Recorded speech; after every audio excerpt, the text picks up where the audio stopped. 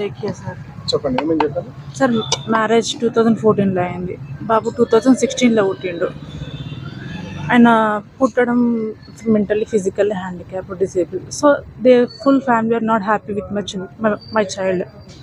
అది నాకు ఒక్కదానికి ప్రాబ్లం కాదు కదా, అతను రెస్పాన్సిబుల్ కూడా ఉండాలి కదా.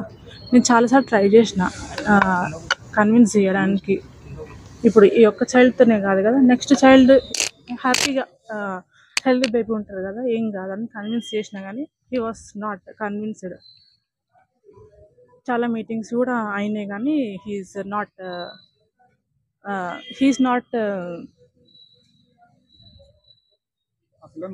భాస్కర్. మా హస్బెండ్ పేరు ఉదయ్ భాస్కర్.